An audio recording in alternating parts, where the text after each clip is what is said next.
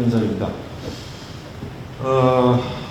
뭐 코로나 때문에 저도 매주 광주에 오다가 지난 한 두어 달은 못 왔습니다.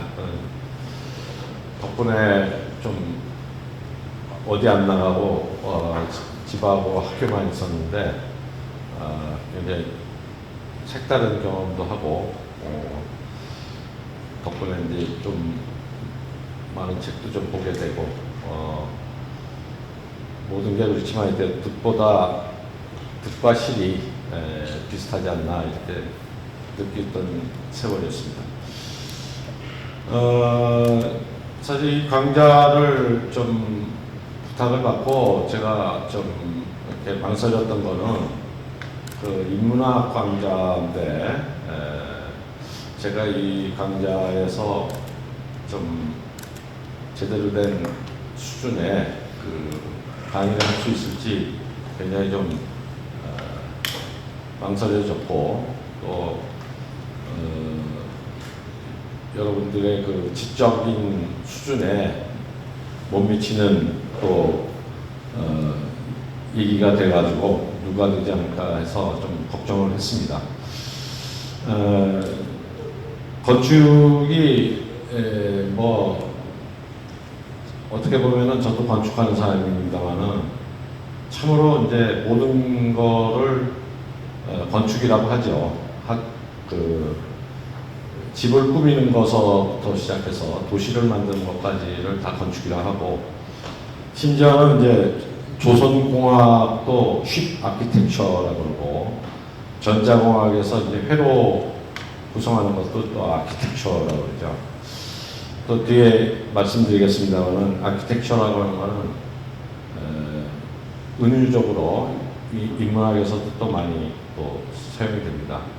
이제 그 얘기는 결국 뭐냐면 건축이 잡탕이라는 얘기예요. 잡탕. 그러니까 뭐도 갖다 붙여도 다 건축이 되는 거기 때문에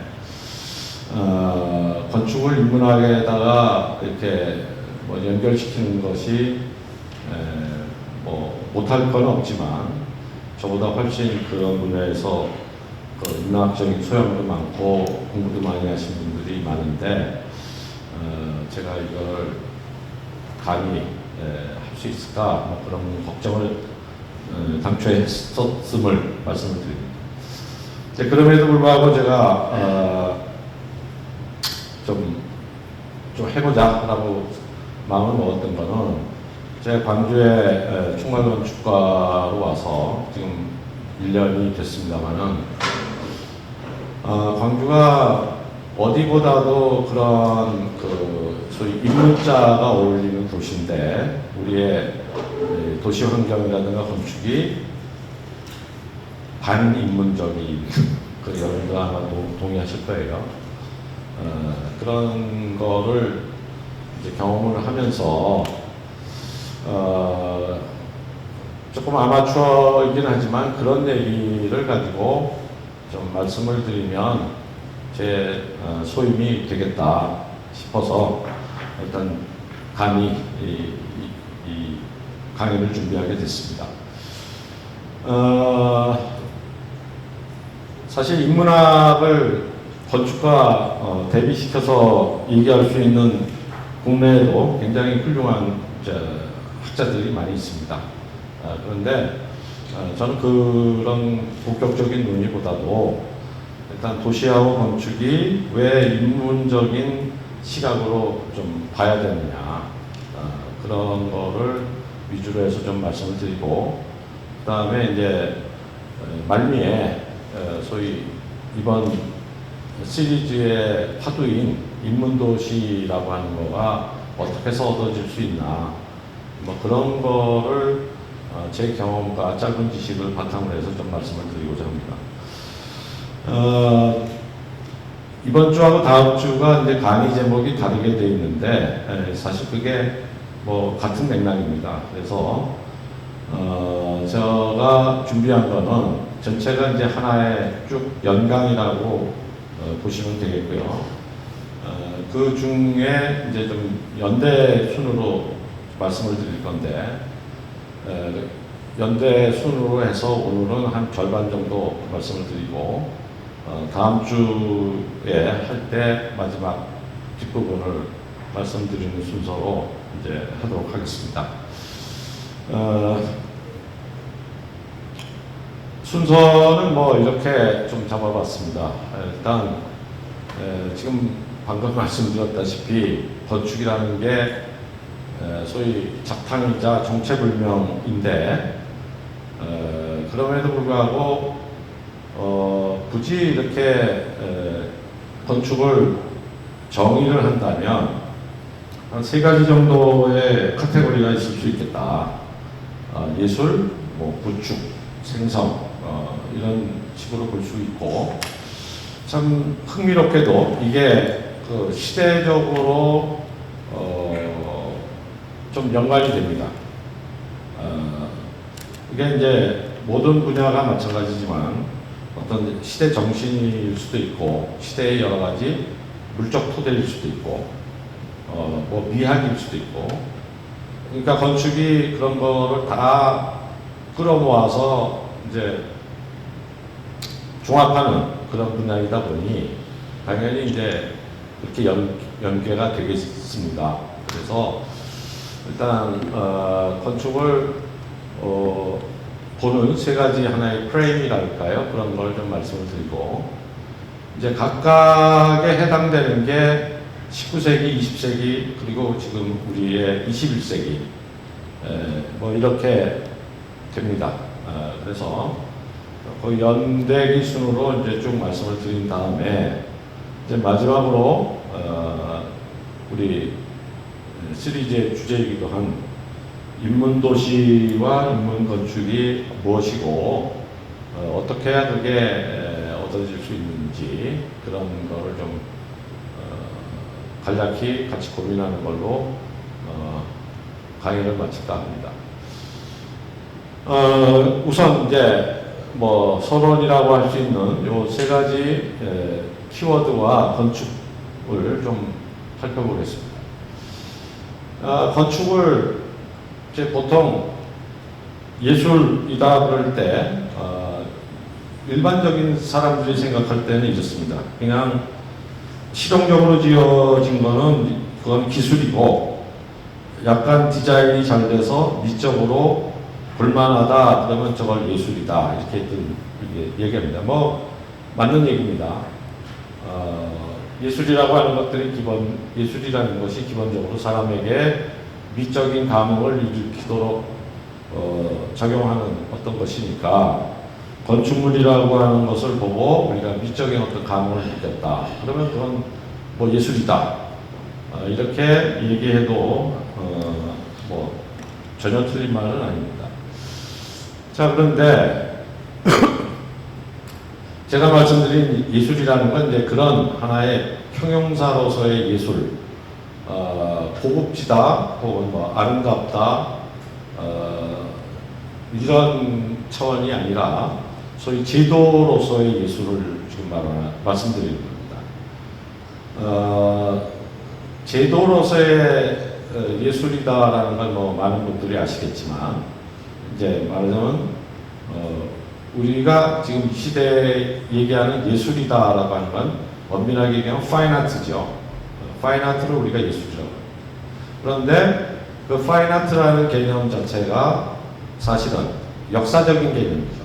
그러니까 18세기 때 미학이라는 것이 뭐 바움가르텐이라든가 칸트라든가 이런 사람들이 미학이라는 걸 이렇게 만들어내고 그 다음에 절대 국가가 그거를 하나의 국가 시스템 안에서 제도화하고 뭐 이런 과정에서 만들어진 하나의 굉장히 이렇게 메타 개념의 제도적 개념의 예술이죠. 자, 그러면 그 전에 또 뭐 아트라는 개념이 있었죠. 뭐 그리스 말에 있는 테크네라든가 라틴어에 있는 아르스, 그다음에 뭐 영어의 아트나 브로인 아트나 뭐 쿤스트 독일어 이게 다 이제 예술이죠. 오래전부터 있었던 개념이지만 사실 이거는 18세기 이전에는 기술의 개념에 더 가까웠다. 그러니까 잘 만드는 어떤 손재주, 수공예 이런 개념이고, 특히 테크네라고 하는 거는 뒤에도 말씀드리겠습니다. 이게 목수하고 관계가 있어요. 목수. 텍토니라는 게 목수입니다. 그러니까 테크네 이런 것들이 그리스에서는 어떤 공작, 목수 이런 거하고 조각가라고 하는 것이 그렇게 직업적으로 보면 크게 다른 사람이 아니었다는 거죠. 자, 그런 측면에서 볼 때 우리가 예술이라는 걸 그냥 미적으로 아름답다라는 측면으로 볼 수도 있지만, 그걸 하나의 시스템, 시대적인 것으로 봤을 때 하나의 제도로 볼 수도 있다. 이런 얘기가 되겠습니다. 자, 헤겔이라는 사람이 말하기를 건축은 모든 예술의 어머니다 이렇게 얘기를 합니다. 그 얘기는 이제 건축물 안에 다 있다 이런 얘기죠. 벽화도 있었고, 예를 들면 미켈란젤로가 시스템 벽화를 그렸다 그러면 그 건축물 안에 있었던 벽화죠. 회화가 건축물로부터 독립돼서 하나의 캔버스로 옮겨간 거는 잘 아시지만 유화라는 개념이 들어오고, 이게 네덜란드의 17, 18세기 때 독립돼 나왔듯이 회화도 건축 안에 있었고, 조각도 건축물의 릴리프로 시작이 됐고, 그런 식이죠. 그러니까 헤겔이 말하는 건축이 예술의 어머니다라는 건 건축이 그걸 다 이렇게 끌어안고 있다라는 얘기고, 다른 식으로 얘기하면 위에 이제 얘기한 게 이제 헤겔의 각종 예술의 어떤 하이어라키 같은 겁니다. 위로 올라갈수록 추상성이 강해지고, 그렇기 때문에 굳이 위계를 따진다면 이거다. 건축이 제일 하위 개념이고, 위에 거를 세 개를 낭만적인 예술, 고전적 예술, 상징적 예술 이렇게 분류를 합니다. 자, 그러니까 어머니가 제일 밑에 있는 거죠. 제일 위에 있는 게 아니라 다 끌어안고 그걸 간다는 측면에서 그렇게 얘기를 합니다.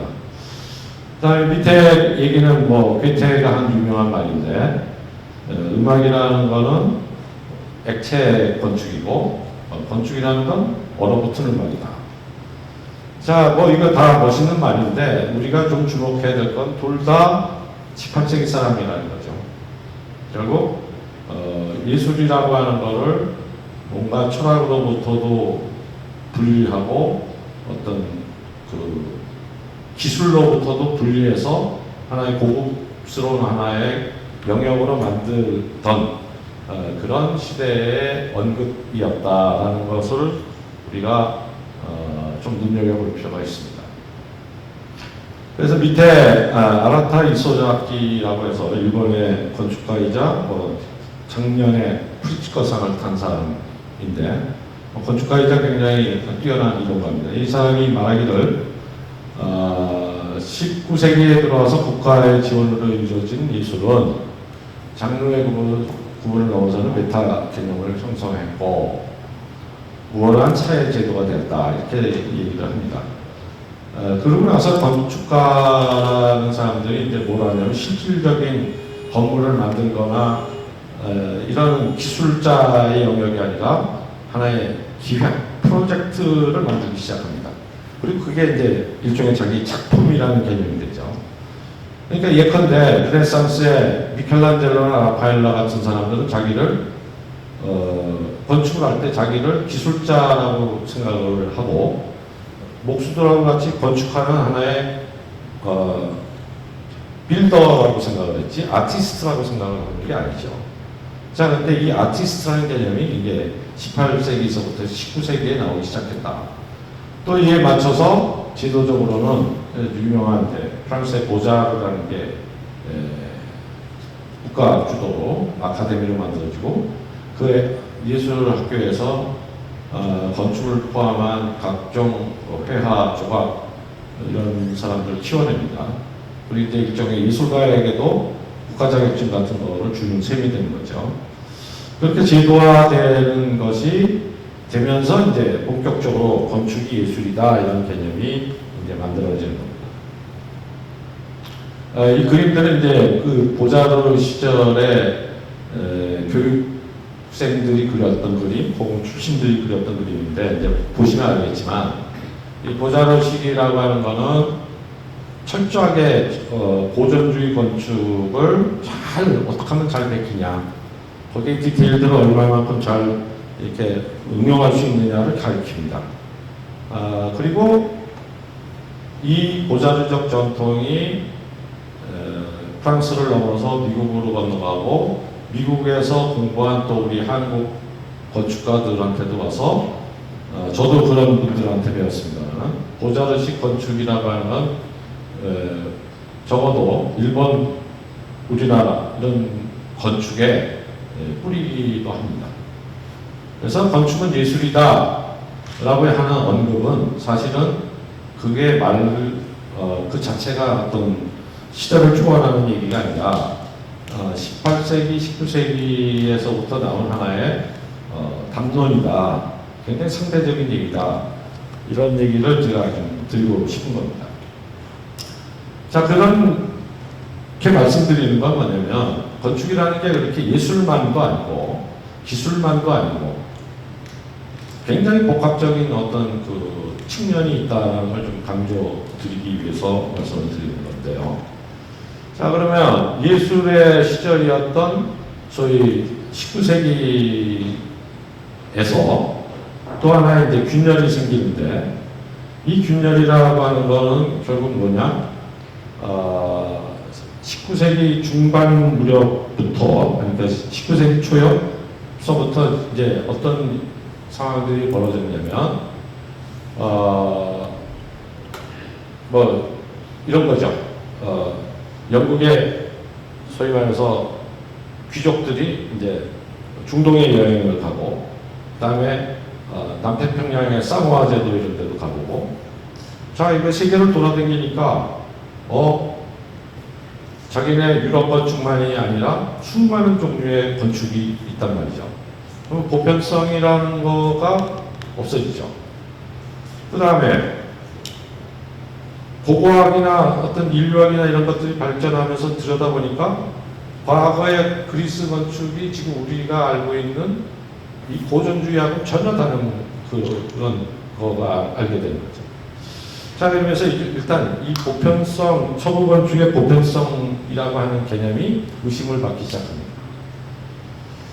저 왼쪽 그림이 이제 그런 이론가 중에 하나인 고트프리드 젠퍼라는 사람이 이제 그림인데 이 사람은 이제 카리브해에 있는 그 원시인들의 주거를 연구를 합니다. 연구를 하다 보니까 아주 건축의 원형이 나오는 거죠. 가장 프리미티브한 건축의 원형이 나오고 그 건축의 원형이라는 걸 이렇게 들여다보니까 한 4가지로 구성되어 있더라. 하나가 뭐냐? 토대를 이렇게 묶어둔다. 집을 지으려면 이렇게 토대를 묶어두죠. 그 다음에 거기다 나무로 프레임을 만든다. 자, 그 다음에 그 토대를 돋구는 이유는 뭐냐? 화로를 중심으로 해서 사람이 모여 있어야 되니까 화로, 그 다음에 토대, 골조, 그 다음에 이제 피막 4가지다. 그러니까 건축의 기본은 4가지고 그게 상대적으로 그리스로 가니까 그렇게 되고 동양으로 가니까 저렇게 되고 뭐 이렇게 된 거지. 서구 건축의 무슨 절대적 우위성이라든가 예술 이런 거는 아니다. 이런 개념들이 이제 서서히 드러나오게 됩니다. 그러니까 이게 결국 이제 나중에 중세적 사고에서 근대적 사고로 넘어가는 것으로 볼 수도 있고, 그 다음에 어떤 그 고전주의에서부터 어떤 그 합리주의, 근대 정신이 이제 시작되는 그 시점으로도 볼 수가 있는 겁니다. 그래서 예술이라고 하던 위치에 뭐가 들어가냐면 컨스트럭션이라는 개념으로 들어갑니다. 이게 구축이죠. 그래서 이제 여기에 인용한 이런 사람들의 얘기를 보면 되게 이제 비올레르딕이라는 사람도 당초는 고딕 건축을 연구하던 일종의 고건축을 연구하던 사람이 있는데 이 사람도 고딕 성당을 들여다보니까 고딕성당은 뭐 뒤에도 말씀드리겠지만 사실은 정통파 건축가들로서는 쌍놈의 건축에 고딕이라는 말 자체가 고트족의 라는 뜻이고, 고트족이라는 건 라틴 이 로마 사람들이 볼 때는 북방에 있는 야만인이라는 뜻이죠. 그러니까 고딕이라는 말 자체가 바잘이라는 사람이 쓴 말인데, 르네상스 시절에 야만 건축이라는 뜻이죠.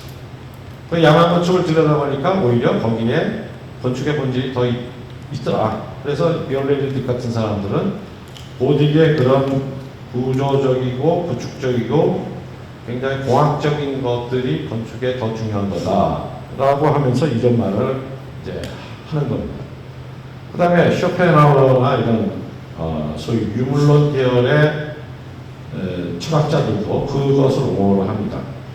관념론에 대비해서 그런 어떤 미의 본질, 이데아 이런 거를 얘기하는 것에서 이제 넘어서 어떤 현실적인 실제 이런 실존 뭐 이런 것을 강조하는 사람들도 건축의 본질은 뭐 이렇게 얘기를 하는 거죠. 중력과 강성 간의 싸움이다. 강성이라는 건 구조에 견디는 힘을 얘기합니다. 구조의 능력 이런 거죠. 그러니까 외부의 힘과 그거를 견디는 골조의 어떤 스티프니스가의 스트러글이 미적소되다. 뭐 이렇게 얘기를 하죠. 자, 그래서 결국은 이제 19세기 중반을 기점으로 해서 근대 건축의 맹화가 나오기 시작하는데, 그건 뭐냐면 예술의 자리를 구축이 이렇게 차지하기 시작하는 이런 변화로 이제 읽을 수 있습니다. 자, 그래서 이거는 이제 근대주의 건축, 그리고 20세기 중반쯤 가면은 이제 이 근대 건축이 아예 그 구축을 너무너무 강조하다가 보면 여기 파리 퐁피두 센터나 뭐 이런 것처럼 아예 골조가 집안으로 숨는 게 아니라 오히려 그게 밖으로 나와서 그것 자체가 하나의 디자인 요소가 되는 하이테크 건축, 소위 말해서 이런 것까지도 발전하게 되는 거죠. 왼쪽에 있는 이제 아돌프 로스의 비엔나에 있는 로스 하우스가 우리가 보통 근대 건축의 아주 선언적인 건축이라고 얘기를 하는데, 그 옆에 건물들을 한번 비교해 보시면 뭐 옆에 건물들이 이렇게 고전주의적인 풍을 갖고 있는 이런 거라면 여기는 일체 그런 몰딩이나 이런 거 없이 아주 기하학적인 이런 모습을 갖고 있죠. 19세기 말 20세기 초에 저런 건물을 지었다는 건 이제 아주 요거도목을 각오로 하고 지은 겁니다. 엄청나게 스캔달러스한 건물인데요. 이 사람의 주장인 즉 뭐냐? 장식은 범죄다. 자, 장식이라고 하는 거가 결국 뭐냐면 예술로서의 건축을 보장해 주던 하나의 미적인 요소인데 그게 범죄라는 거죠. 그거 없이도 아름다워야 그게 소위 근대적이고 문명사회의 건축이지, 온갖 치장을 하는 거는 그거는 야만적인 거다. 뭐 이런 얘기고요.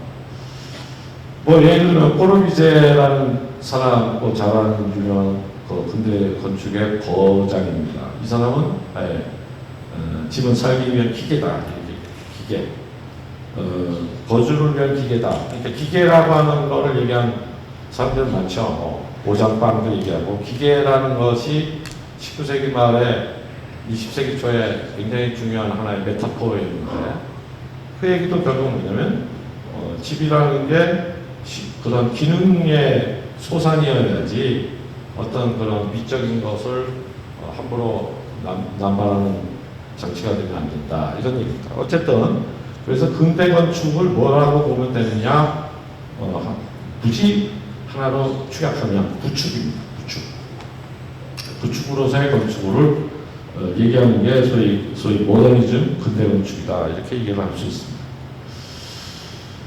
자, 그 다음에 세 번째는 이제 생성으로서의 건축입니다. 생성이라는 건 뭐 becoming이라고 얘기할 수도 있고, emergency라고도 얘기할 수 있고, 뭐 develop이라고 얘기할 수도 있는데, 얘기는 결국 뭐냐면 스스로 만들어진다라는 거죠.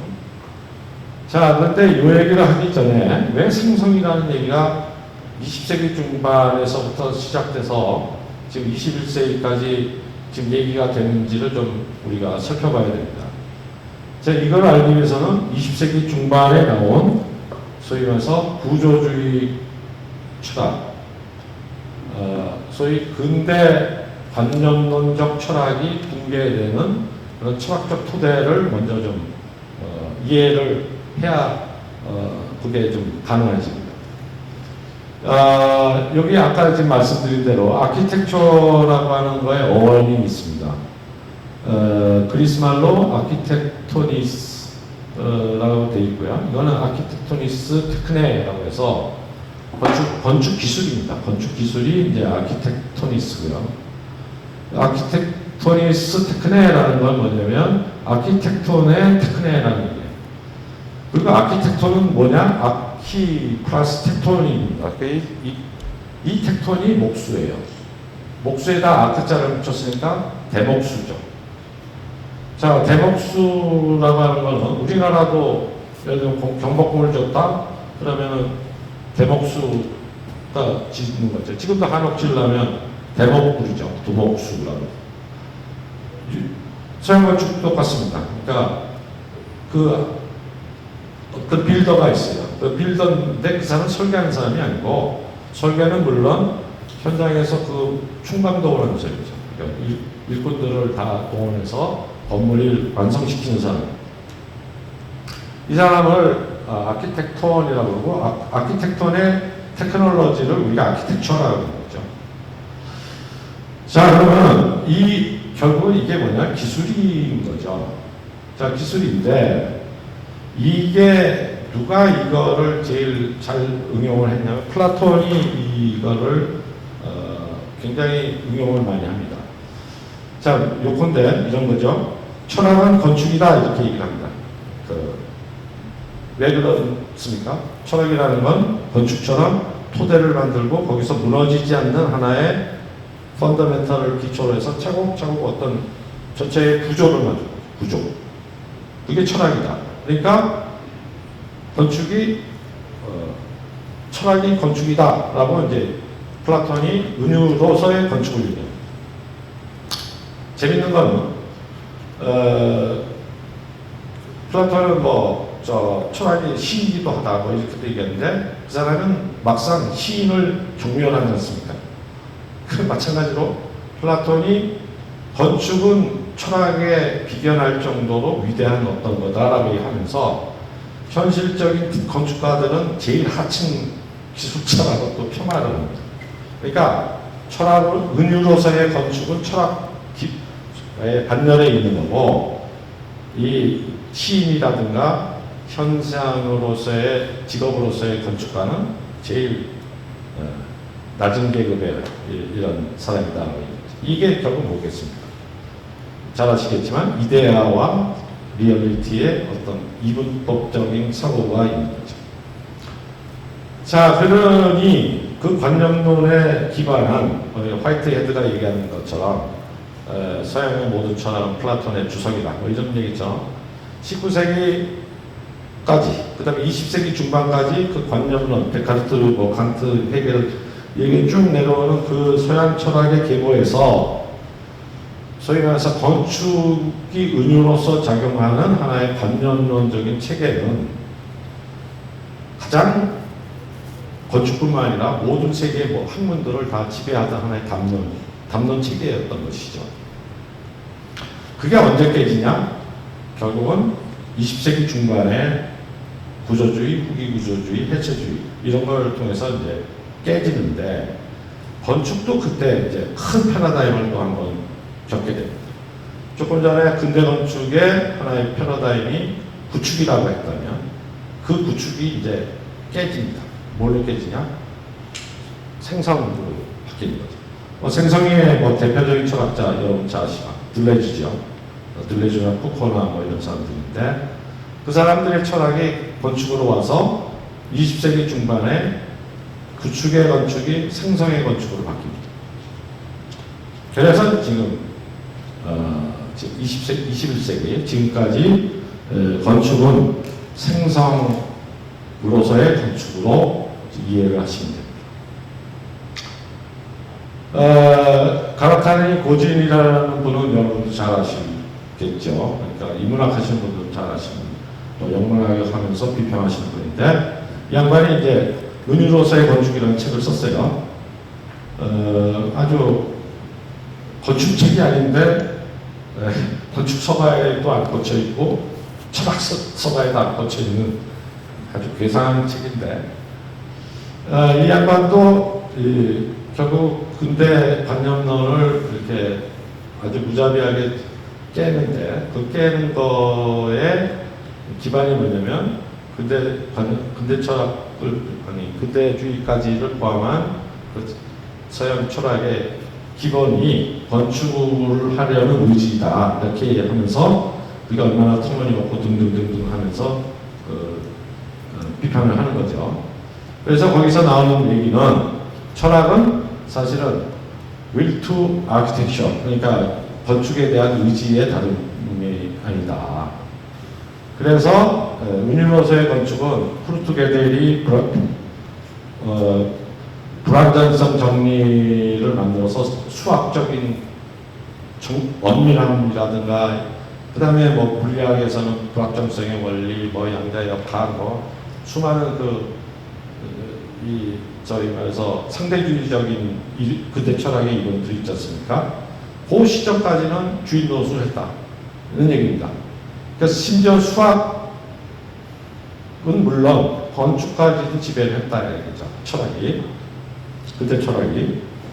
자, 이렇게 볼 때 이 생성으로서의 건축을 이해를 하기 위해서, 우리 시대의 건축을 보는 방법인 생성으로서의 건축을 보기 위해서는 일단 뭐부터 봐야 되냐면, 플라톤에서부터 20세기 중반까지 지배해왔던 철학 체계, 소위 관념론적 철학 체계를 먼저 이해하고, 그리고 그것이 20세기 중반에 깨졌고, 그 시점에 건축과 도시 이론이 엄청나게 크게 변화하면서 현대의 생성으로서의 건축 이론이 나왔다, 이렇게 보시면 되겠습니다. 자, 요즘 현대 건축들도 이렇습니다. 그러니까 뭐를 표현하는 게 아니죠. 뭐를 닮는 것도 아니고 무엇을 추상화보다도 더 추상적이죠. 자, 그러면 이런 것들은 뭐냐? 뭐 쉽게 얘기하면, 이 사람이 피터 아이젠만이라는 사람인데, 이 사람의 작업 과정을 보면 컴퓨터 안에다가 여러 가지 그 힘의 벡터를 줍니다. 그러면 컴퓨터 안에 있는 버추얼 스페이스에서 지층이 마치 지구 지표가 힘을 받으면 이렇게 단층도 생기고 지진이 나고 이러죠. 그런 거 같은 식의 디자인을 합니다, 실제로. 그러니까 무엇을 그리는 게 아니라 생성시키는 거죠. 에너지로 어떤 물체가, 예를 들어 피부를 이렇게 하면 생성이 되죠, 이 모양이. 그러니까 이렇게 설계를 합니다. 우리 동대문에 있는 DDP 만든 자하디드라는 이 여성 건축가도 마찬가지. 이거는 뭐같이 생겼습니까? 이런 거죠. 카우보이 모자 같은 게 있다고 생각하세요? 그 카우보이 모자가 있는데 여기다 힘을 주면 이렇게 모자책이 이렇게 내려가죠. 자, 그러니까 이거는 그런 어떤 힘의 어떤 스스로의 이 강성을 가진 물체에다가 에너지를 주면 그것이 어떻게 생성이 되느냐를 표현하는 게 현대건축. 그리고 그 철학적 기반이 전부 지금 말씀드린 대로 구조주의, 후기구조주의 이런 데서부터 나온 거죠. 도시도 마찬가지인데요. 도시는 좀 이따가 다시 말씀을 드리겠고, 그래서 질 둘레이츠가 얘기하듯이 힘이 생성되는 곳에 모든 다이어그램이 나오고, 다이어그램이 이렇게 옴니스 프레젠트 한다라는 얘기가 건축에 오면은 이런 식의 얘기가 되는 겁니다. 형태에서 의미를 제거한다. 의미가 없죠. 이건 의미가 없습니다. 뭘 표상하거나 뭘 상징하거나 이런 게 없는 거죠. 모든 의미를 제거하고 그 의미들이 자동사처럼 스스로 의미가 드러내야 됩니다. 형태는 어떤 결론을 위한 수단이나 표상물이 아니라 그 자체가 목적물이다. 뭐 이런 식의 얘기죠. 이게 다이어그램과 에너지, 힘 이런 걸로 건축이 만들어지는 이런 입장을 얘기를 하는 거죠. 자, 이렇게 해서 일단 건축을 뭐 그 밖에도 여러 언어로 표현할 수 있는데 대개는 이 세 가지입니다. 예술이냐, 구축, 기술이냐, 그리고 그 자체냐. 이렇게 본다면 이게 각각 19세기, 20세기, 21세기에 해당하고 그거는 그 시대의 시대 정신과 철학하고 정확하게 이렇게 평형을 이룬다. 뭐 이렇게 보는 입장으로 제가 좀 이 전체 강의를 진행을 좀 하고자 합니다. 자, 그렇게 돼서 좀 이렇게 시간적으로 어떤 각각의 입장으로 이렇게 매트리스를 만들어 놓고 보면 아주 터프합니다만 이런 식으로 좀 얘기할 수 있어요. 결국 건축은 조형을 하는 거고요. 또 조형이라고 하는 거는 기본적으로 자연입니다. 자연이라고 해도 좋고 뭐 우주라고 해도 좋고 뭐 이 물적 세계라고 해도 좋고 어쨌든 자 이런 입장에 보면은 그 자연에 대한 입장이 세 가지가 있을 수가 있는데 하나는 자연을 이렇게 표상하는 거죠. 표상. 거기서부터 영감을 얻거나 그걸 이렇게 모방하거나 뭐 응용하거나 하는 이런 일종의 미믹스, 따라하기 이런 거일 수가 있고요. 또 하나는 자연의 어떤 구축 원리, 이게 물리학 법칙이겠죠. 그런 거를 응용해서 구축물을 만드는 방법이 있을 겁니다. 이걸 굳이 얘기하자면 텍토닉스라고 얘기할 수 있는데 텍토닉스라는 건 아까 제퍼가 말하듯이 어떤 골조를 이렇게 스트럭처를 만드는 것들을 이제 제퍼는 텍토닉스라고 얘기합니다. 이제 바닥을 만드는 걸 이제 스테레오토믹스라고 얘기하는데 그 구조의 원리를 응용하는 하나의 방법이 있고 하나가 이제 마지막으로 자연이 이렇게 생성되는 원리를 응용하는 이런 방법이 있습니다. 이게 각각 고대, 근대, 현대의 하나의 양식으로 보면 이렇게 나눌 수 있다. 소위 중세 고대에는 보존주의, 고딕. 그리고 이거는 이제 자연 발생적인 도시. 이런 것들이 그 예일 것이고, 소위 근대에 오면은, 뭐, 아르누보라든가 이런 계열. 그 다음에 모더니즘이 이제 이 계열이고요. 구축으로서의 건축을. 근대 건축가들 중에서도 이 원리를 이용한 사람이 몇 사람 있습니다. 대표적인 게 가우디죠. 가우디는 뒤에도 뭐 설명을 하겠습니다만 이렇게 형태를 만들거나 구조를 그냥 노골적으로 이렇게 내세우지 않습니다. 그러니까 형태를 만들 때 그거를 어떤 자연의 발생 원리에서부터 가져오는데 아주 놀라운 사람이죠. 이런 분이 계시고 현대에 들어오면 이제 이게 뭐 포스트 모더니즘, 하이테크, 그다음에 최근에 유행인 파라메트릭 건축 이렇게 나눠볼 수가 있습니다. 이 정도가 이제 제가 말씀드린 서론이고요.